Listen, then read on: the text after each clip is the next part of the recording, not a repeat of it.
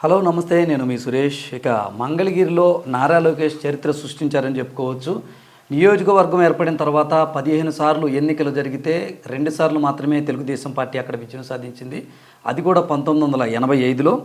అయితే దశాబ్దాల చరిత్రనైతే బ్రేక్ చేస్తూ నారా లోకేష్ మరి ఇప్పుడు విజయం సాధించారని చెప్పుకోవచ్చు 2024 ఎలక్షన్స్లో. అయితే 2019లో ఆళ్ల రామకృష్ణారెడ్డిపై స్వల్ప మెజార్టీతో అయితే ఆయన ఓడిపోయారు, అతి తక్కువ ఓట్లతో.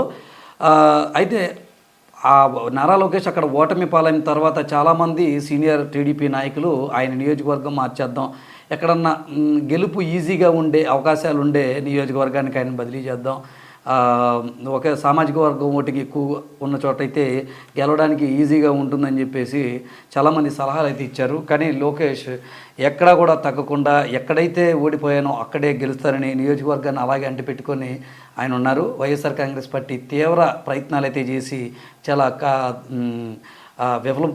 విఫలమైందని చెప్పుకోవచ్చు. అక్కడ ఒక మహిళనైతే మురుగుడు లావణ్యను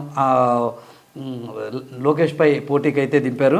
చాలా రాజకీయాలు చేసినప్పటికీ కూడా బంపర్ మెజార్టీతో రాష్ట్రంలోనే ఒక గొప్ప మెజార్టీగా చెప్పుకోవచ్చు. 1,00,000 పైచిలుకు మెజార్టీతో అయితే లోకేష్ గారు అక్కడ విజయం సాధించారు.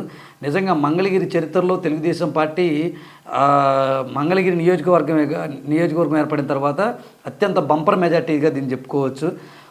పప్పు అంటూ మరి వైఎస్ఆర్ కాంగ్రెస్ పార్టీ నాయకులు ఎన్నోసార్లు ఆయన హేళనగా మాట్లాడారు.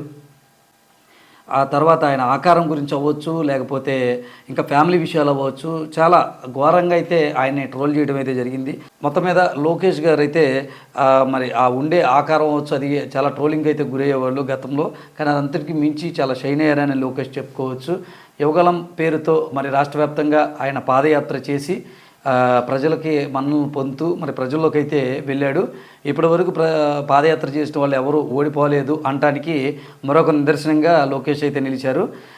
మంగళగిరి నియోజకవర్గంతో పాటు పార్టీ బాధ్యతలు కూడా ఆయన భుజ స్కంధాలపైన ఎత్తుకొని మరి లోకేష్ అయితే తెలుగుదేశం పార్టీకి ఒక స్టార్ క్యాంపెయినర్గా మారి మరి పార్టీ వ్యవహారాలన్నీ కూడా చూసుకున్నారు.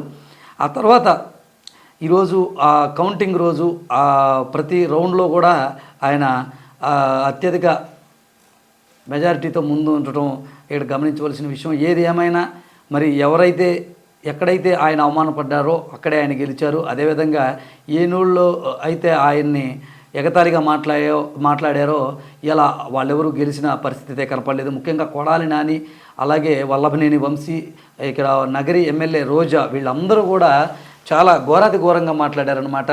పప్పు కానీ నా మీదకు వచ్చి గెలవమని చూద్దాం, లేకపోతే ఈ పప్పు గెలవడం, ఇలా చాలా ఘోరంగా అయితే మాట్లాడారు.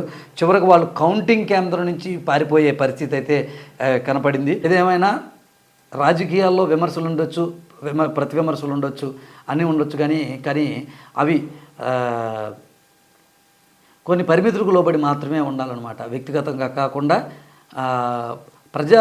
ప్రజలకు సంబంధించినటువంటి అంశాలపై మాట్లాడితే అది బాగుంటుంది. ఇలా వ్యక్తిగతంగా టార్గెట్ చేయటం, ఒక వ్యక్తిని ఇలా మానసికంగా కుంగదీయటం, ఇలా చూసుకోవచ్చు. ఏదేమైనా వైఎస్ఆర్ కాంగ్రెస్ పార్టీ అలా నోరు జారినటువంటి ప్రతి నాయకుడు కూడా ఈరోజు గెలిచిన పరిస్థితి అయితే కనపట్లేదు. ఏదేమైనా లోకేష్ మెజార్టీ మాత్రం చంద్రబాబు నాయుడు గారి కంటే కూడా ఎక్కువని కూడా చెప్పుకోవచ్చు అనమాట.